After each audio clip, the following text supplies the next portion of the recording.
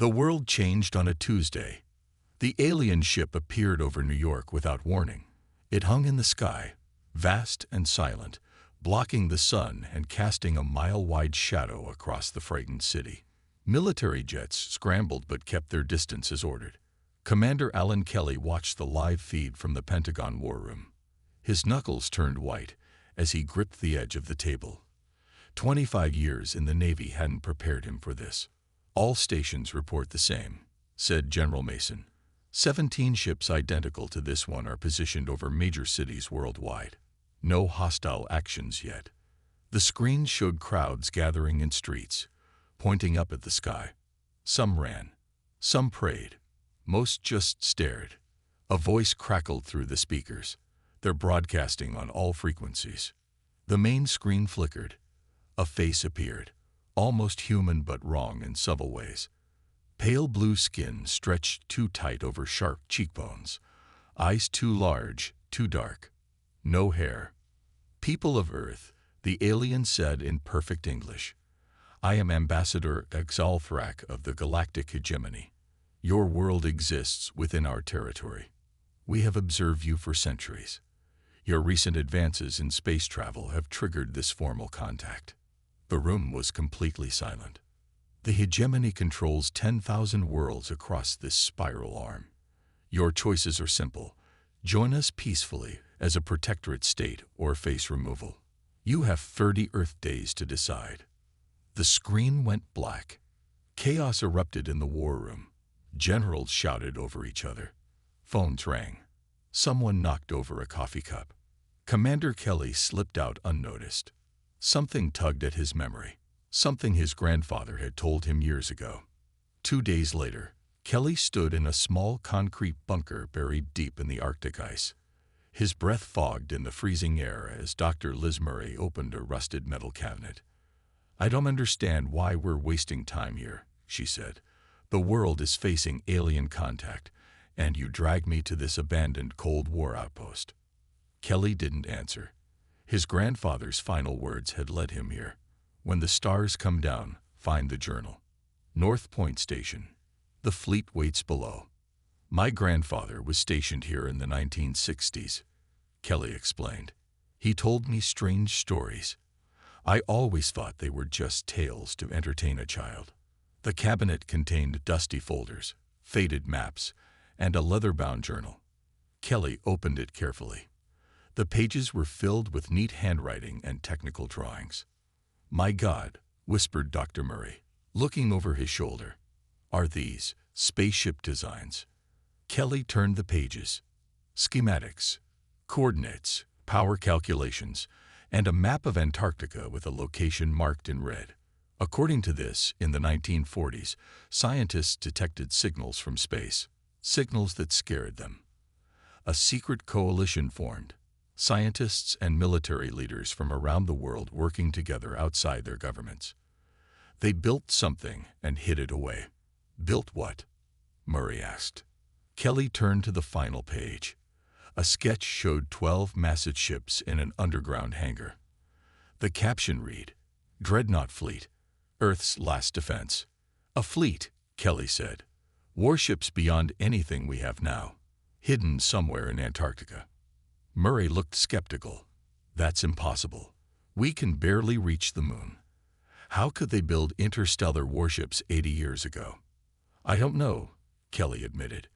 "But my grandfather wasn't crazy. And right now, with aliens demanding our surrender, I'll chase any hope we've got." He closed the journal. "I need a small team. People who can keep secrets and transport to Antarctica." "You really believe this?" Kelly looked her in the eyes. 30 days until the hegemony demands an answer. If there's even a small chance this fleet exists, we have to find it." Murray nodded slowly. "I'll make some calls, but this better not be a wild goose chase." As they left the bunker, Kelly looked up at the stars. Somewhere up there, the hegemony waited for Earth's answer. He patted the journal in his pocket. Perhaps Earth had an answer they weren't expecting. The Antarctic wind howled like an angry beast. Commander Kelly pulled his thermal coat tighter as he stepped off the helicopter. Dr. Murray followed, along with the two specialists Kelly had recruited.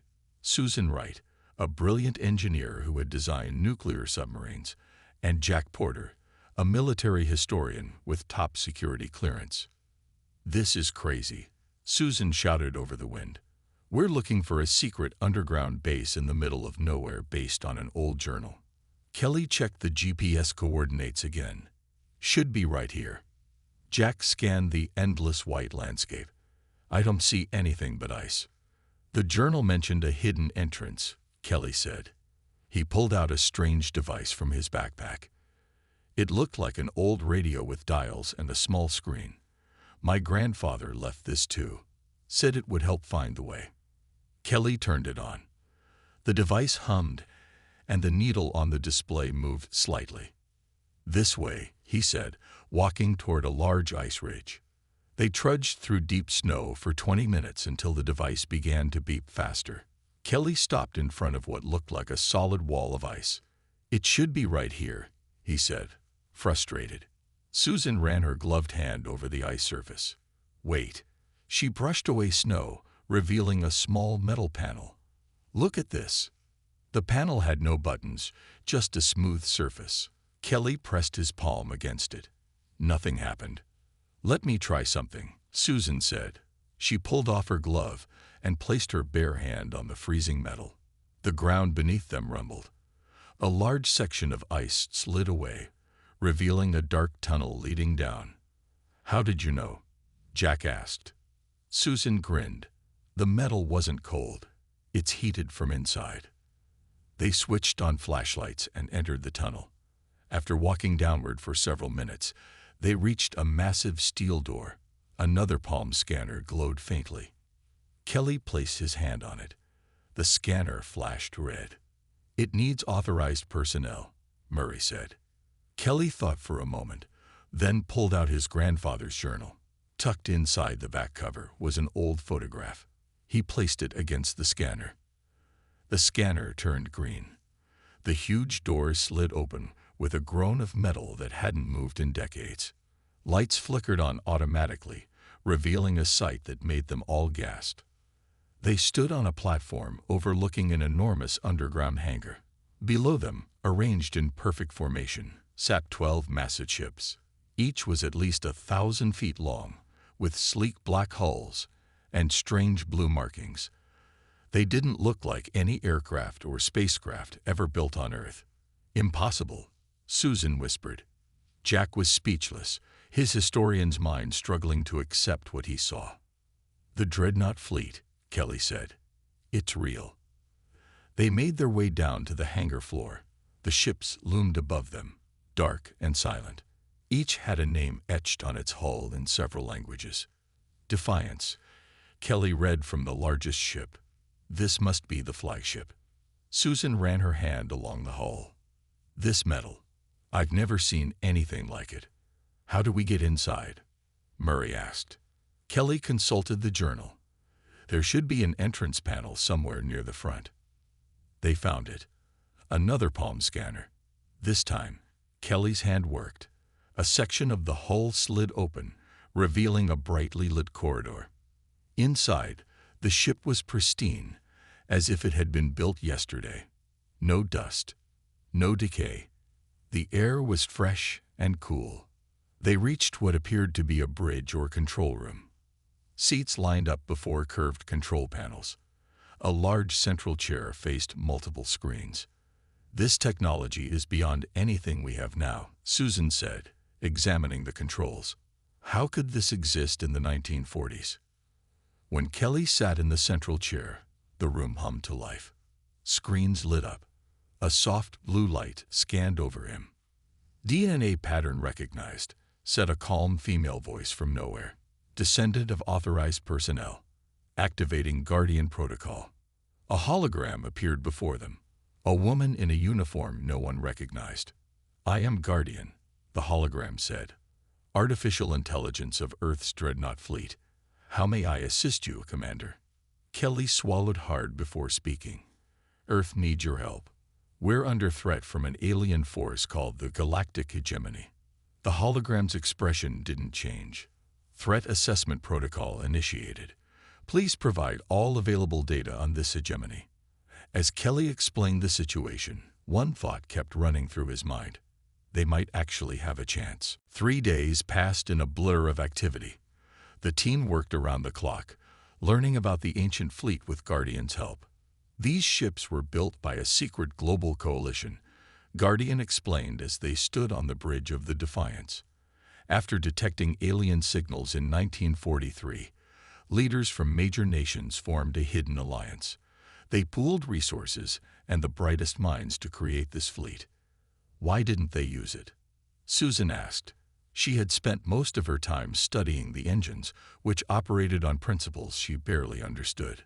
The alien threat never came, Guardian said.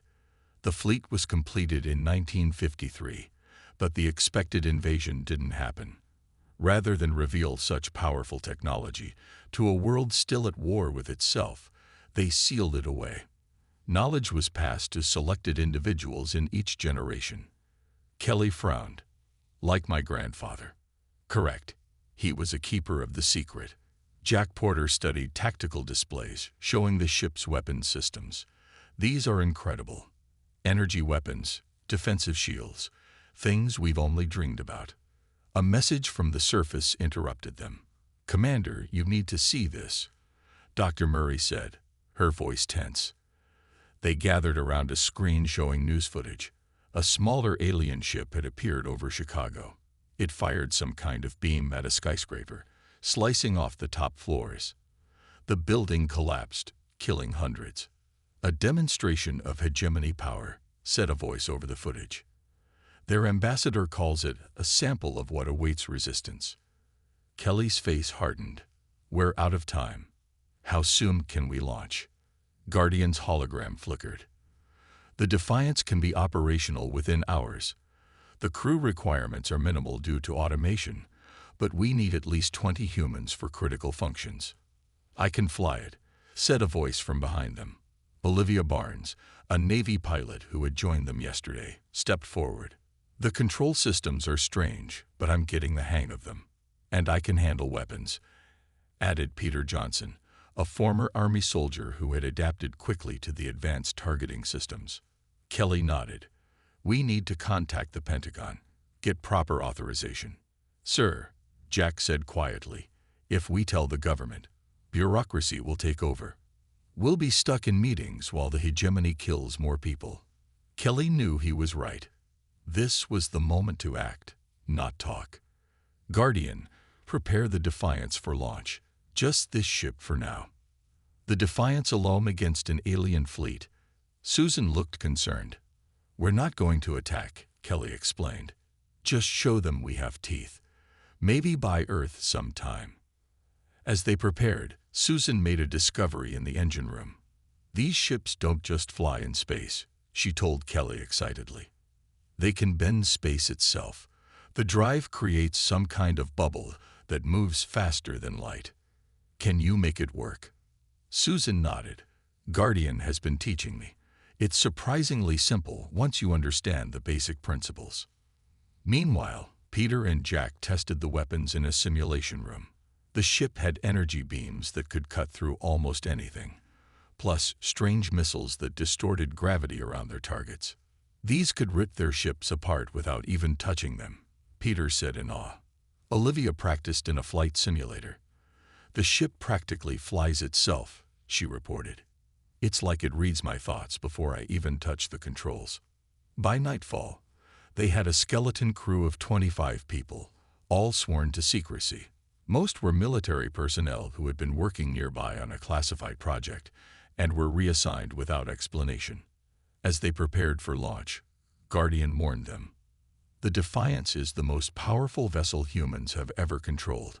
Its technology is beyond anything currently known to Earth science. Use it wisely. Kelly stood on the bridge, looking at his hastily assembled crew. They were humanity's best hope, piloting a ship they barely understood against an enemy that controlled thousands of worlds. Everyone ready? He asked. They nodded, faces tense but determined. Kelly took the captain's chair. Guardian, open the hangar doors. Prepare for launch. The massive ceiling of the underground hangar began to slide open, revealing the Antarctic night sky. "Defiance," Kelly said. "Let's show the hegemony what humans can do." The Defiance rose from Antarctica like a ghost. Snow swirled around its massive black hull as it climbed into the night sky. The crew felt barely any movement inside. The ship's systems canceled all sense of acceleration. "Status report," Kelly ordered, seated in the command chair. "All systems functioning at optimal levels," Guardian replied. "No detection from Earth satellites yet. Our stealth systems are active." Susan worked at the engineering station. "This is amazing. We're traveling faster than any aircraft on Earth, but the engines are barely running." "Set course for Chicago," Kelly said. "Maximum speed without breaking atmosphere." Olivia's hands moved over the glowing controls. "Course set. Travel time, 17 minutes. Kelly turned to Jack. "Bring up the tactical display. Show me what we're facing." A 3D image appeared, showing 5 hegemony ships in Earth orbit. A smaller vessel hovered over Chicago. "The Chicago ship is the one that attacked the building," Jack confirmed. The Defiance streaked across the sky, invisible to normal detection. In less than 20 minutes, they were hovering high above Chicago. Below them, the alien vessel continued its intimidation, firing warning shots near other buildings. "They're terrorizing civilians," Peter said, his hands tight on the weapons console. Kelly stood. "Guardian, can we communicate with them?" "Yes, Commander. I can establish a channel." "Do it. And drop our stealth systems. I want them to see us." The Defiance suddenly appeared on all radar systems worldwide. In the Pentagon, military officers stared in disbelief at the readings from an unknown vessel larger than an aircraft carrier, hovering in American airspace. The hegemony ship immediately detected them. It turned its weapons upward. "They're scanning us," Jack reported. "They're also charging weapons," Peter added. A harsh voice came through the speakers. "Unknown vessel. Identify yourself immediately or be destroyed." Kelly straightened his uniform. Open visual communication. The main screen showed an alien bridge. The commander looked similar to Ambassador Xalfrak, but with darker skin and military markings on his face. "This is Commander Alan Kelly of the Earth Defense Vessel Defiance. You have committed an act of war against Earth by attacking our city. Withdraw immediately." The alien commander laughed. "A single ship. Your primitive planet has managed to build one vessel, and you think you can challenge the hegemony. I am Sub-Commander Vexilor. Surrender your vessel or watch another building fall." Kelly nodded to Peter. "Target their weapons systems. Disable only, not destroy." Peter worked the controls. Targeted. Fire. A beam of blue energy shot from the Defiance, striking the alien ship with surgical precision. The hegemony vessel's main weapon sparked and went dark. Vexilor's face showed shock. "Impossible. How did you?" "That was a warning," Kelly interrupted. "The next shot won't be so gentle. Withdraw from Earth's atmosphere immediately." 2 more hegemony ships suddenly appeared, dropping from orbit to assist their comrade. "We have company," Olivia warned. 3 against 1, Susan said nervously. Kelly remained calm. "Peter, target their engines. Jack, scan for weaknesses in their design." The hegemony ships fired first. Energy blasts headed straight for the Defiance. "Shields," Kelly ordered. A blue bubble formed around the ship. The enemy weapons hit but did nothing.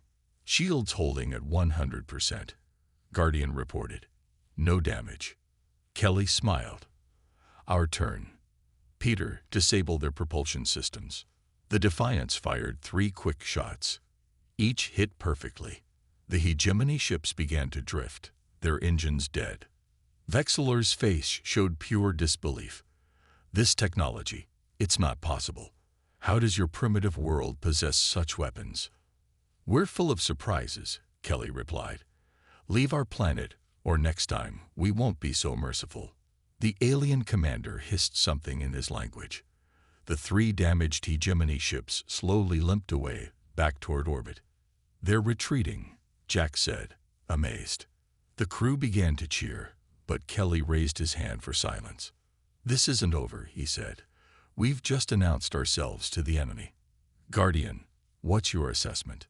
The AI's hologram appeared. "The hegemony will return with greater numbers. We have perhaps 2 Earth days before their main battle fleet arrives." Kelly nodded grimly. "Then we have 2 days to get the rest of our ships ready." News of the Defiance spread quickly. Grainy videos showed the massive black ship facing off against the alien vessels. People around the world cheered. For the first time since the hegemony arrived, Earth had hope. The Defiance returned to Antarctica. When they landed, Kelly found a surprise waiting. General Mason stood in the hangar with 24 high-ranking military officers from different countries. "Commander Kelly," Mason said, his voice stern but eyes showing respect, "you have some explaining to do." "Sir, there wasn't time to." Mason raised his hand. "Save it. The President has authorized full activation of this facility and all its ships. The UN Security Council has unanimously agreed to form a joint command structure." He handed Kelly a folder. "Congratulations, Admiral Kelly." Kelly looked surprised. "Admiral, someone needs to command this fleet. You found it. You flew the first mission, and the ship's AI seems to like you." Over the next 48 hours, crews worked non-stop to prepare the remaining 11 dreadnoughts. Military personnel from around the world arrived in secret. Former enemies worked side by side. Susan led teams of engineers learning the ship's systems. "Each dreadnought requires only 50 crew members," she explained to Kelly. "The automation is incredible." Jack studied the fleet's tactical capabilities with Guardian. "These ships can link their computer systems together," he reported. "When they work as one, their effectiveness multiplies." Kelly met with his new captains in the Defiance's briefing room. Russian Captain Nikolai Petrov would command the dreadnought Courage. Chinese Commander Lin Wei took charge of Persistence. Other ships went to experienced officers from Britain, France, India, Brazil, Japan, and more. "Together, we stand for all of Earth," Kelly told them. "These ships represent humanity's best hope." They named each vessel after traits that defined humanity at its best: defiance, courage, persistence, ingenuity, liberty, hope, vengeance, justice, unity, fortitude, honor, and redemption. Susan made another discovery while testing the fleet's defensive systems. "Admiral, look at this," she said, showing Kelly a simulation. "When the ships are within a certain distance of each other, they can extend and combine their shields. It creates a much stronger defense than each ship alone." Just as they completed preparations, Guardian's sensors detected movement. "Admiral," the AI announced, "a large hegemony battle fleet has entered the solar system. 67 vessels approaching from beyond Mars orbit." The control room fell silent. "How long until they reach Earth?" Kelly asked. "Approximately 6 hours at their current speed." Kelly studied the tactical display. "We're outnumbered more than 5 to 1. But not outgunned," Peter reminded him. "Our weapons are stronger." Kelly nodded. "Send word to all ships. Launch in 30 minutes. We'll meet them beyond lunar orbit." As the crew prepared for battle, Kelly recorded a message to be released worldwide if they failed. "People of Earth, if you're hearing this, we've fallen in battle against the hegemony. But we've shown that humanity will not surrender without a fight. The technology from our fleet has been shared with scientists around the world. Use it, build more ships. Never give up." The 12 dreadnoughts rose from Antarctica in perfect formation. Their black hulls gleamed in the sunlight as they accelerated toward space. On the Defiance's bridge, Kelly watched Earth grow smaller behind them. The blue planet looked so peaceful, so fragile. "All ships reporting ready, Admiral," Jack said. "Weapons systems online," Peter confirmed. "Engines at full power," Susan added. Olivia looked up from the navigation console. "Course set to intercept the hegemony fleet near lunar orbit." Kelly took a deep breath. This is Admiral Kelly to all ships. This is not just a battle for Earth. This is a fight for the right of every species to be free from tyranny. The hegemony believes we are primitive and weak. Today we prove them wrong. Today we show them that humanity stands together. The fleet accelerated, heading toward the largest space battle in human history. The Earth fleet reached lunar orbit and took up defensive positions. Through the viewports, they could see the moon's gray surface on one side and the blue Earth on the other. Between them and the approaching hegemony fleet lay only empty space. Enemy ships will be in visual range in 5 minutes, Jack announced on the Defiance's bridge.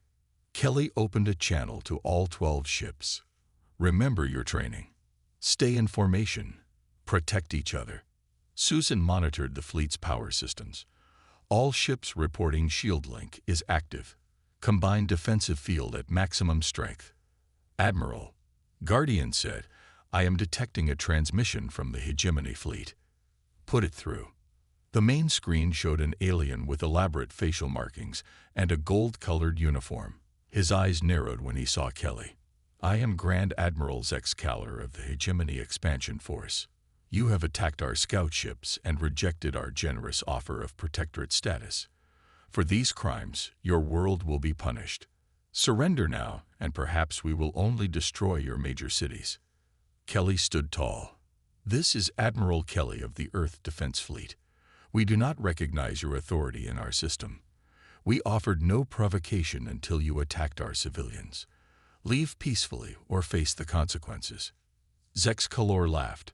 Brave words from a primitive species with just 12 ships against our armada. We have conquered 1,000 worlds more advanced than yours. The transmission ended abruptly. They're moving to attack formation, Jack reported. Kelly nodded. All ships prepare for combat. Olivia, execute maneuver Delta 6. The Earth fleet suddenly changed position, moving into a 3-dimensional pattern that confused the hegemony's targeting systems. The alien ships, used to fighting in standard flat formations, struggled to adjust. They're firing, Peter called out. Dozens of energy beams streaked toward the Earth vessels. The combined shields flared bright blue but held. Shield network at 83%, Susan reported. The combined field works. Kelly leaned forward. Target their lead ships. Concentrated fire. Full power. 6 Earth dreadnoughts fired simultaneously at the hegemony flagship. The massive alien vessel's shields collapsed under the combined assault. A second volley tore through its hull, breaking it apart in a silent explosion. The bridge crew cheered, but Kelly remained focused. Stay sharp. This isn't over. The hegemony fleet regrouped and attacked from multiple angles. 3 alien ships surrounded the Dreadnought Liberty and hammered it with continuous fire. Liberty's shields failing, Jack warned. Kelly made a quick decision. Courage and justice. Move to support Liberty. Defiance with me. The dreadnoughts moved with surprising speed and grace for such large vessels. Courage and justice flanked Liberty, extending their shields to cover the damaged ship. Meanwhile, Defiance dove straight toward the center of the hegemony formation. The enemy ships scattered, breaking their coordinated attack. Now, Kelly ordered. The Dreadnought's vengeance and redemption appeared from behind Earth's moon, where they had been hiding. They caught the disorganized hegemony ships in a devastating crossfire. The battle raged for nearly an hour. The hegemony had numbers, but Earth's ships had superior technology and the element of surprise. The alien commanders had never faced vessels that could move so quickly or hit so hard. One by one, hegemony ships retreated or were disabled. Some exploded when their power cores overloaded. Admiral, Jack said with disbelief in his voice. They're withdrawing. The remaining hegemony vessels pulled back, regrouping at a safe distance. Susan checked her displays. We've lost shield function on Liberty and Fortitude. Honor has engine damage, but all ships are still operational. 32 enemy ships destroyed or disabled, Peter reported. 21 retreating. The rest are holding position just beyond our weapon range. Kelly watched the tactical display. The hegemony fleet, once so confident, now seemed hesitant. They're regrouping, not leaving, Kelly warned. And they can still call for reinforcements. Guardian's hologram appeared. Admiral, I'm detecting unusual communications from the hegemony fleet. They appear to be sending detailed reports about our ships and capabilities. Kelly's expression grew serious. They're studying us, learning our strengths and weaknesses. This isn't over. It's just beginning. The Earth fleet returned home as heroes. Damaged ships underwent repairs while Kelly met with world leaders in a secret underground facility near the Antarctic base. The meeting was tense but hopeful. We won the first battle, Kelly explained, but the hegemony controls thousands of worlds. They will send more ships, perhaps hundreds. The American president looked grim. Can we build more dreadnoughts? Susan shook her head. Not quickly. The technology is beyond our current manufacturing capabilities. Then what do you suggest, Admiral? Asked the Chinese premier. Kelly stood before the tactical display showing the known hegemony territory. We take the fight to them. The room erupted in shocked voices. Attack the hegemony. The British Prime Minister looked stunned. With just 12 ships. Not attack, Kelly clarified. Not yet. First, we gather information and allies. Guardian has analyzed the data from captured hegemony ships. Their empire isn't as stable as they claim. Many worlds were conquered against their will. If we can reach those planets, we might find allies. Guardian's hologram appeared.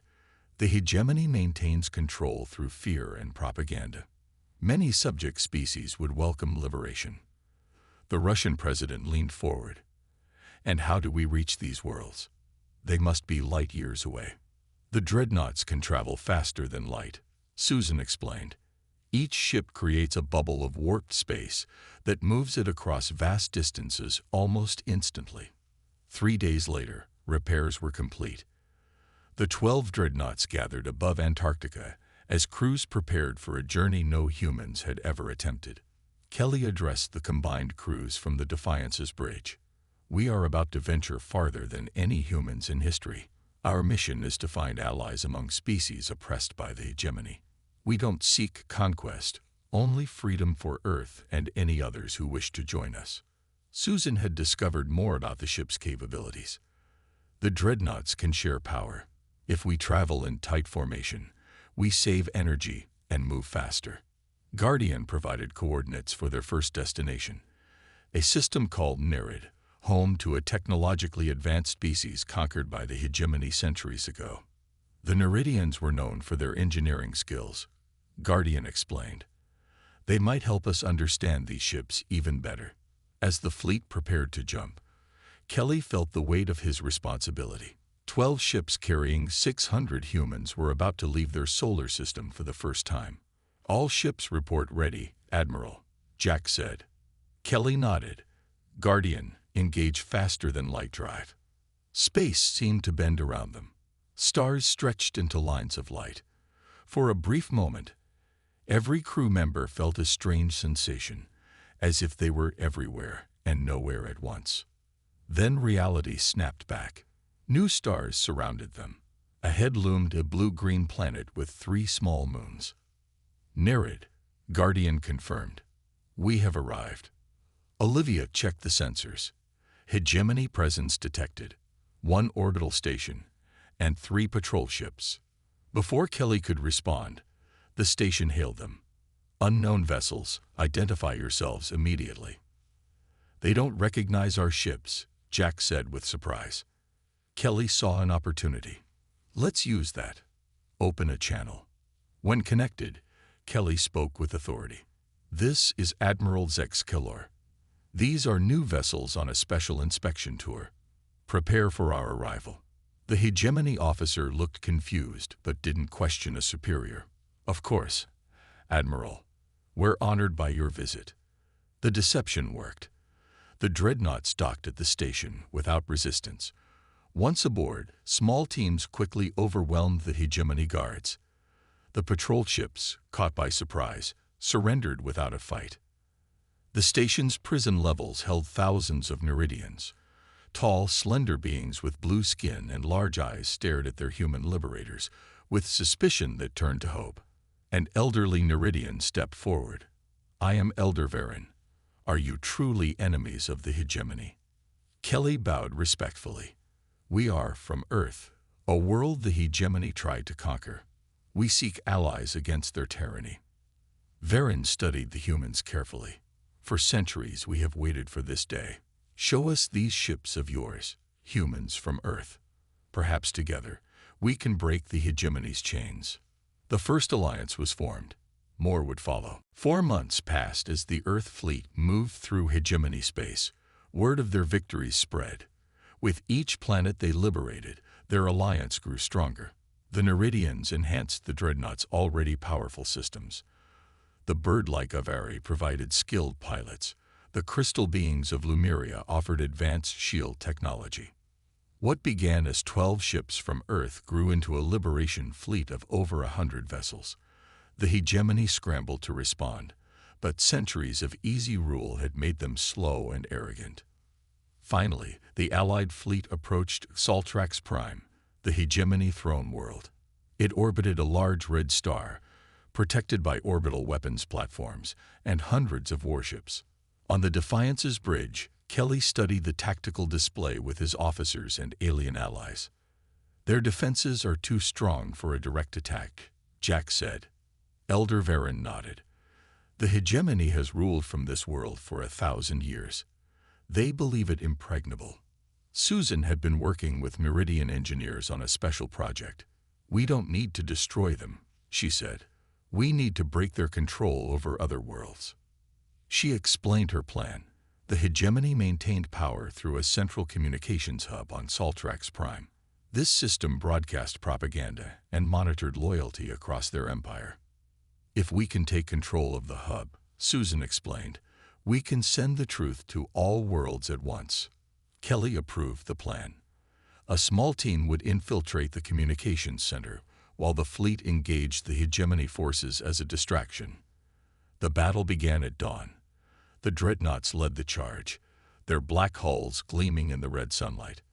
The hegemony fleet moved to meet them, confident in their superior numbers.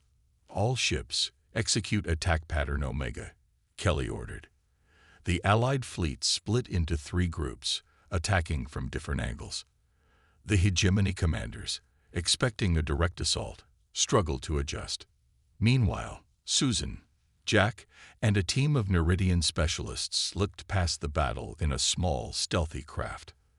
They reached the surface and entered the communications hub disguised as maintenance workers. In orbit, the battle raged. The Defiance took heavy fire as it led a charge against the main hegemony flagship. "Shields at 40%, Peter reported. Olivia executed a tight turn to avoid another blast. "We can't take much more of this, Admiral." Kelly watched the tactical display, waiting for the signal. "Hold position. Just a little longer." Inside the communications hub, Susan and Jack fought their way to the central control room. Neridian hackers quickly took control of the systems. "We're in," Susan reported over the secure channel.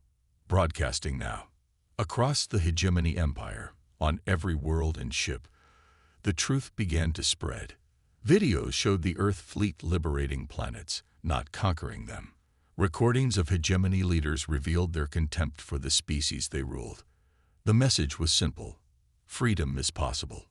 On Saltrax Prime, civilians took to the streets.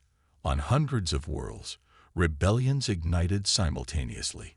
Hegemony ships faced mutinies as crews turned against their officers. The hegemony Supreme Council, seeing their empire crumbling, called for a ceasefire. Kelly accepted, with conditions. The hegemony would release all conquered worlds and pay reparations for centuries of exploitation. 3 days later, Kelly stood in the Grand Council chamber, where hegemony leaders had ruled for a millennium. Now they signed a formal surrender. "You could take over their empire," a hegemony counselor said quietly. "Rule as they did." Kelly shook his head.